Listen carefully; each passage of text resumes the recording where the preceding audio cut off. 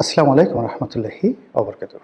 সম্মানিত দর্শক, বাংলাদেশের সাবেক পররাষ্ট্রমন্ত্রী ডক্টর মোমেন, তার একটি সাক্ষাৎকার দেখলাম। বেশ হাসি খুশি, প্রাণোচ্ছল এবং অনেকটা আশাবাদী প্রকৃতির মানুষ তিনি। এবং যতদিন তিনি ক্ষমতায় ছিলেন ওরকম নেতিবাচক কোনো বিষয় তার সম্পর্কে শোনা যায়নি। ঘুষ, দুর্নীতি, মারামারি, কাটাকাটি, হানাহানি এ সকল বিষয়াদি তার ডিকশনারির মধ্যে নেই। সিলেটের মানুষ, জনাব আবুল মাল্লা আব্দুল মহিদ সাহেবের ছোট ভাই। প্রথম জীবনে তিনি শিক্ষকতা করেছেন ঢাকা বিশ্ববিদ্যালয়, পরে বিভিন্ন আন্তর্জাতিক সংস্থায় চাকরি করেছেন। আপাতমস্তক একজন নিরেট ভদ্রলোক মানুষ। তো যারা তাকে দেখেছেন দেখবেন যে তার মাথায় দীর্ঘদিন পর চুলা ছিল, এখন তিনি পুরো টাক মাথা করে ঘুরে বেড়ান, মুখে দাড়ি রেখেছেন। এবং তিনি যখন মন্ত্রী ছিলেন তখন যে তার চেহারা সুরত ছিল তার সাথে এখন তার চেহারা সুরত ভালো হয়েছে। বাংলাদেশে একসময় নামকরা সাংবাদিক সুলতানা রহমান, তার যে একটা পডকাস্ট রয়েছে সেখানে তিনি যে সাক্ষাৎকার দিয়েছেন, সেখানে তার বাংলাদেশে পালিয়ে থাকা, বাংলাদেশ থেকে যাওয়া, তারপরে নাপিত দিয়ে চুল কাটানো, দাড়ি রাখা, অসাধারণ চমৎকার করে তিনি সেই বিষয়গুলো বর্ণনা করেছেন। আমি সেই বিষয়গুলি নিয়ে কথা বলবো না। আমি যে বিষয়গুলি নিয়ে কথা বলবো সেটা হলো যে এই ভদ্রলোকের কথাবার্তার মধ্যে কোনো রকম মুনাফেকি নেই এবং এই কথাবার্তার মধ্যে রাজনীতির কোনো কৌশলতা নেই। একেবারে তার বক্তব্যের মাধ্যমে আপনি বুঝতে পারবেন যে এই মুহূর্তে আওয়ামী লীগ আসলে কেমন আছে, তাদের চিন্তা চেতনা কী। অন্যান্য যারা ধরেন জাহাঙ্গীর কবির নানক আছেন বা অন্যান্য যে সকল নেতৃবৃন্দ রয়েছেন, বাহাদুর নাসিম, তাদের অলমোস্ট সব কথাগুলোই পলিটিক্যাল, রাজনীতির মার কাছে। কিন্তু মোমেন সাহেবের কথা আগে যেভাবে সোজা সাপটা ছিল, এখন আরও সহজ সরল বা সোজা সাপটা হয়ে গেছে। তিনি নিজেই বলছিলেন যে তিনি সহজ সরল প্রকৃতির মানুষ। তিনি বাংলাদেশে অনেক দিন পালিয়েছিলেন এই কারণে যে তার একটা আত্মবিশ্বাস ছিল যে যেহেতু তিনি কোনো অন্যায় করেননি, কর্মজীবনে কাউকে মারেননি, কারো বিরুদ্ধে একটা মামলা করেননি, কাজেই তিনি কেন পালাবেন। কিন্তু পরবর্তী তিনি যখন দেখলেন যে তার বিশ্বাসের সঙ্গে আসলে মিলছে না, অনেক কিছুই বাংলাদেশে ঘটছে যেখানে নিরপরাধ লোকগুলো মামলা মোকদ্দমায় ফেঁসে যাচ্ছেন, তখন তার স্ত্রী মহোদয়া তাকে যে প্রেশার ক্রিয়েট করলেন, বুদ্ধি দিলেন এবং সেই বুদ্ধি অনুযায়ী তিনি একেবারে পালাতে পেরে ভীষণ রকম আনন্দিত। তো যেটা আলোচনা করব আজকের এই ভিডিওতে, তিনি তার সেই সাক্ষাৎকারে একটি জায়গাতে বলেছেন যে ডক্টর মোহাম্মদ ইউনূসের উচিত খুব দ্রুত বাংলাদেশ থেকে চলে যাওয়া এবং একটি তত্ত্বাবধায়ক সরকারের হাতে ক্ষমতা দিয়ে। এই এলো একটা ঘটনা। দ্বিতীয় ঘটনা, তিনি বলেছেন যে এখন নির্বাচন হলে যে কোনোভাবে নির্বাচন হোক না কেন, সেই নির্বাচনে আওয়ামী লীগ বিজয়ী হবে। আর আওয়ামী লীগ যদি বিজয়ী হয় তাহলে তো ডক্টর মোহাম্মদ ইউনূস যেতে পারবে না। আওয়ামী লীগের যারা লোকজন আছে তারা তাকে পিটুনি দেবে, ওই আগের মতো তারা তাকে পিটুনি দেবে।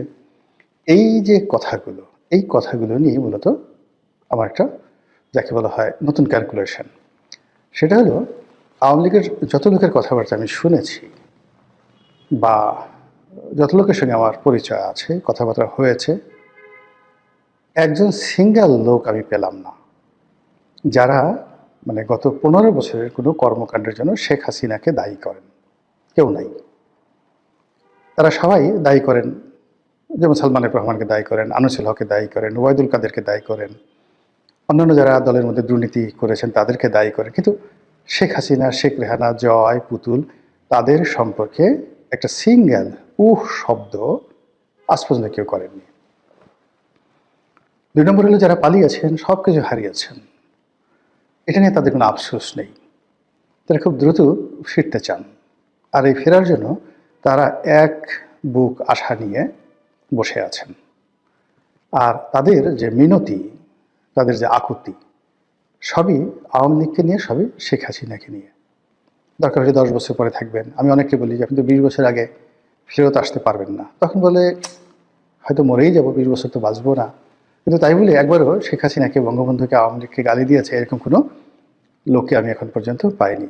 This is very significant. যারা আওয়ামী লীগের বিরুদ্ধে, যাকে বলা হয় ন্যারেটিভ দাঁড়া করাতে চাচ্ছেন, যারা আওয়ামী লীগের বিরুদ্ধে রাজনীতি করতে চাচ্ছেন, তাদের জন্য এটা একটা হুঁশিয়ারি শব্দ যে একটা একক নেতৃত্বের প্রতি কোনো রকম গ্রুপিং ছাড়া, কোনো রকম বিকল্প ছাড়া পুরো 35% আওয়ামী লীগের যারা ভোটার আছে তারা তাদের দেহ, মন, মানসিকতা, চিন্তা চেতনা শেখ হাসিনা, শেখ রেহানা, জয়, পুতুল এই পরিবারের উপর তারা নিবদ্ধ করে রেখেছেন, যেটি বিএনপির ক্ষেত্রে হয়নি। বিএনপির বহু মানুষ যারা বেগম জিয়াকে ভালোবাসতেন তারেক রহমান সাহেবকে ভালোবাসতেন না, যারা তারেক রহমান সাহেবকে ভালোবাসতেন তারা বেগম জিয়াকে বা তার লোকজনকে ভালোবাসতেন না। আবার তারেক রহমান সাহেবের সঙ্গে যাদের বনিবনা হতো না তারা ক্ষমতার জন্য, পদ পদবীর জন্য সামনে থাকতেন বা আছেন, কিন্তু পেছনে পেছনে কটূক্তি করতে ছাড়তেন না। কিন্তু সেটা আওয়ামী লীগের লোকদের মধ্যে দেখা যাচ্ছে না। তারা কেউ বলছে না শেখ হাসিনা আমাদের ছেড়ে কেন পালালেন, তিনি তো বিদেশে হাজার হাজার কোটি, লক্ষ লক্ষ কোটি টাকা পাচার করে এখন পায়ের উপর পা তুলে দিল্লিতে রাজার মতো আছেন, আর আমরা ভিখারির মতো এখানে পড়ে আছি, মামলা খাচ্ছি, মোকদ্দমা খাচ্ছি, আরো কত কি বলতে পারতেন না? কেউ বলছেন না, সিঙ্গেল ওয়ান নেই। This is very very significant.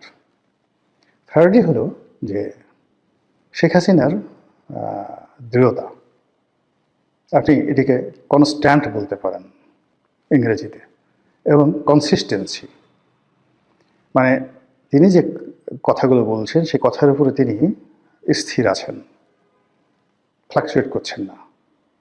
আর যে কথাগুলো বলছেন ধারাবাহিকভাবে, কনসিস্টেন্সলি যেটিকে বলা হয়, ধারাবাহিকভাবে একই কথা বলে যাচ্ছেন।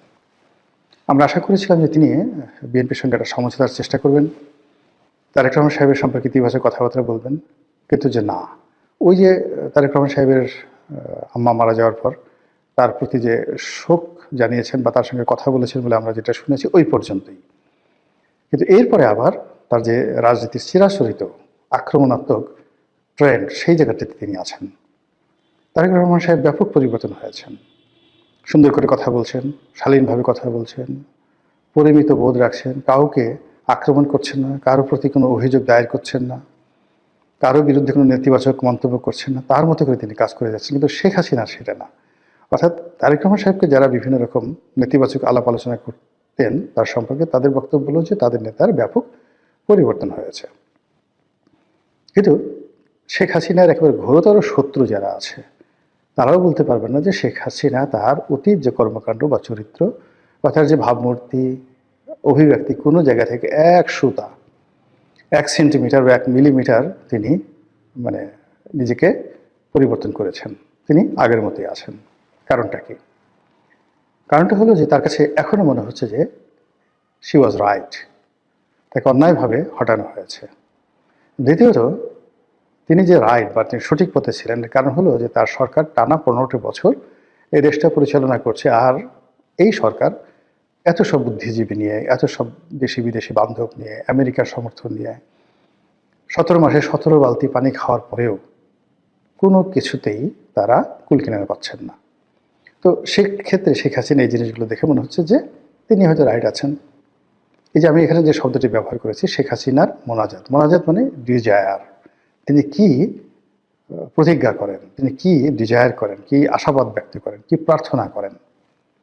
মোনাজাত যদি আমরা প্রার্থনা ধরি, দ্য প্রেয়ার, তো সেক্ষেত্রে আপনি দেখবেন যে শেখ হাসিনার বক্তব্য হলো তিনি বাংলাদেশে আসবেন, নেতাকর্মীদের বলেছেন সবগুলোর তালিকা করে রাখো, এবং তিনি সবগুলোর বিরুদ্ধে প্রতিশোধ নেবেন। তার দৃঢ়তা এমনই যে তিনি নেতাকর্মীদের বলার চেষ্টা করছেন যে আমি অতীতে যা কিছু বলেছি প্রত্যেকটা জিনিস করে ছেড়েছি, ইনশাল্লাহ আগামী তো এই জিনিসগুলো আমি করে ছাড়ব। এই কথাগুলো কিন্তু মানে রাজনীতির কথা নয়, বা এই কথাগুলো কথার কথা নয়, বা এই কথাগুলো তার নেতাকর্মীদেরকে উজ্জীবিত করার জন্য নয়। আমার কাছে যেটা মনে হচ্ছে যে শেখ হাসিনা এমনই, প্রথম থেকেই তিনি এইভাবেই আক্রমণাত্মক কথা বলছেন সব সময়। আমি অন্তত 81 সন থেকে তাকে যেভাবে দেখেছি, মানে যখন ঢাকা বিশ্ববিদ্যালয়ে মানে কি বলবো ছাত্রলীগ ছাত্রদল মারামারি হতো, এই বিষয়গুলো শেখ হাসিনা নিজের হাতে হ্যান্ডেল করতেন। কার আর্মস দরকার, কার অ্যামুনিশন দরকার, কার গুলি দরকার, কার বোমা দরকার, কে কটা মারবে, কে কোন জায়গায় কী করবে, এই পুরো জিনিসগুলো তিনি নিজের হাতে তদারক করতেন। এবং এটা এখন তো ওপেন সিক্রেট হয়ে গেছে। তো সেই জায়গা থেকে তার কোনো বিচ্যুতি হয়নি, তিনি আগের মতোই এরকম কাজগুলো করে যাচ্ছেন। ফলে যতদিন তিনি সুস্থ আছেন, সবল আছেন, এই রাজনীতির ময়দানগুলো সংঘাতপূর্ণ হবে, প্রতিহিংসা আরও বাড়বে, এবং কোনো অবস্থাতেই শেখ হাসিনার যারা প্রতিপক্ষ তারা উনি যতদিন আছেন সুস্থ থাকতে পারবেন না। এমনকি আওয়ামী লীগের যে সমস্ত লোকজন রয়েছেন তারাও সুস্থ এবং সুস্থির থাকতে পারবেন না। এর কারণ হলো যে এটা আমি এখন কীভাবে বলবো, ধরুন আওয়ামী লীগের লোকজন শান্তিপূর্ণভাবে একটা মিছিল করলো, তো তারা জানে মিছিল হচ্ছে, শেখ হাসিনা দিল্লি থেকে গোপনে তার 2 জন কর্মীকে বললো মারো বোমা, বোমা মারলো, একটা দুর্ঘটনা ঘটে গেল, মামলা হলো, এবং সেই মামলায় ওই আওয়ামী লীগের যারা লোকজন আছে তারা পাইকারি হারে সবাই পড়ে গেল।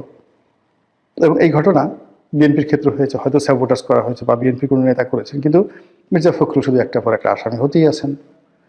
মোয়াজ্জেম হোসেন আলাল আসামি হচ্ছেনই, কোথাও কিছু হলেই হাবিবুর নবী খান সোহেল তাকে আসামি করতেই হবে, এরকম একটা ট্রেন্ড চালু হয়ে গিয়েছিল। কিন্তু আসলে যে কে ঘটনাটা ঘটিয়েছে, এটা কি ডিজিএফআই করেছিল, আওয়ামী লীগ করেছিল, ছাত্রলীগ করেছিল, নাকি বিএনপির হাইকমান্ড থেকে কেউ করেছিল, ইট ডাজ নট ম্যাটার। কিন্তু বিএনপির যারা সাধারণ নেতাকর্মী তারা কিন্তু এই অসংখ্য মামলা যে মোকদ্দমায় তারা জড়িয়ে পড়েছেন তার পিছনে কিছু না কিছু এরকম ঘটনা ছিল যেটাকে আপনি স্যাবোটাজ বলতে পারেন। তো বিএনপির মধ্যে যদি কেউ থাকে বা মানে বিএনপির বিরুদ্ধে কেউ থাকে, বাইরে কেউ থাকে, সেটা ভিন্ন প্রসঙ্গ। কিন্তু আওয়ামী লীগ এই সমস্ত কাজকর্ম করে অনেকটা ডিক্লেয়ার দিয়ে, এবং শেখ হাসিনা নিজে।